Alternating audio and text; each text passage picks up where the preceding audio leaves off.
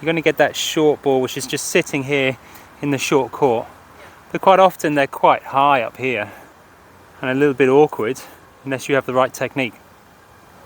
So the technique you're going to use is, obviously with the footwork, you're going to get into the best position you can. You can get in the open stance for these because it's quite a good position to be in to hit the high ball. Otherwise you can be in the semi-open or the neutral stance position. The important thing is that we get our take back at a similar height to the ball. You're always going to have the same forehand grip for all your shots. Okay. So you're not going to change your forehand grip for low balls or high balls. You're always going to have the same grip. For you, it's the semi-western forehand grip. And you're going to have to deal with the short balls, which is can be quite challenging with this grip. This grip's really good at hitting those high balls because you're up there and look, it's pointing the right way. But the important thing is that we start with the racket up there and then we can come through the ball and hit down. We don't need a lot of topspin. We're still going to put a little bit of topspin on the shot.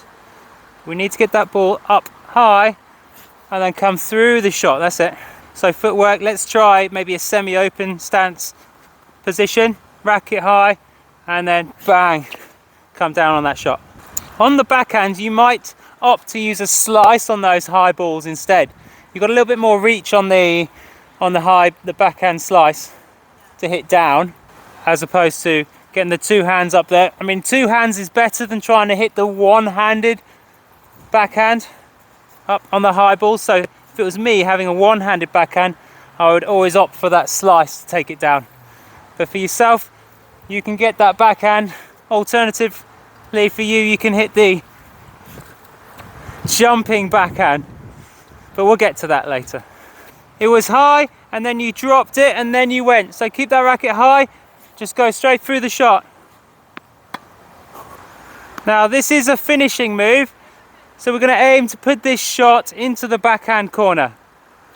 Okay, so for wherever that ball comes from, take that racket high, bang, straight into the backhand, which for me is on this side. Yeah, that was a slice, so you still need to come over it, or ideally just flat through the shot, but don't put slice on it. So it comes a lot down to that setup and getting into that nice open stance position. I'll just hit round you, so you'll be fine. Oh god, that was a hard demo.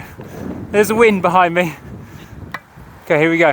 So I'm going to get set racket high, and you'll see that I'm actually jumping into the shot and making sure that my body weight's going up, because it's quite a flat shot up there. So to put any topspin on the shot, I need to be jumping through the ball. So you've got two options on timings when you're going to hit this ball. You've either got to take it on the way up or on the way down at that nice height just there. If you're there, then you can hit down on the ball. If you let it get lower, this is going to apply a bit more risk on the shot, as you're going to have a finer line to get it over the net and keep it in. So try and hit it at shoulder height, but you've got to either take it on the way up if you're going to be more aggressive, because you're taking the time away from your opponent, or you're going to hit it on the way down, which is going to be easier to time. But you're going to be further back on that. You're going to give your opponent more time to recover. Good, well done for timing. You were set nicely on that shot. It's just maybe in the wrong place, it was a bit high. So get yourself set in a good position to take these shots on. Yeah, well done. Those higher ones are quite difficult to time because they come up quickly and then they come down quickly.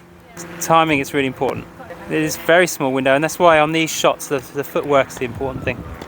Getting yourself set in that open position.